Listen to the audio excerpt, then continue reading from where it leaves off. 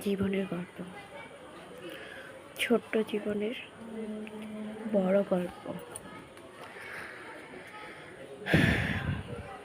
সবার জীবনেই গল্প থাকে।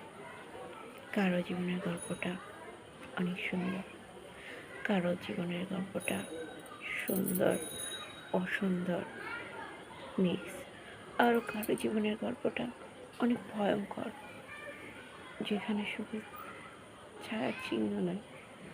আমার জীবনের গল্পটা কেমন আমি জানি না, সুন্দর অসুন্দর না ভয়ঙ্কর। যদি কোনো পরিচালক আমার জীবনের গল্পটা শুনে, তাহলে বলবে এখনো পর্যন্ত এমন কোনো ছবি বানানো হয়নি।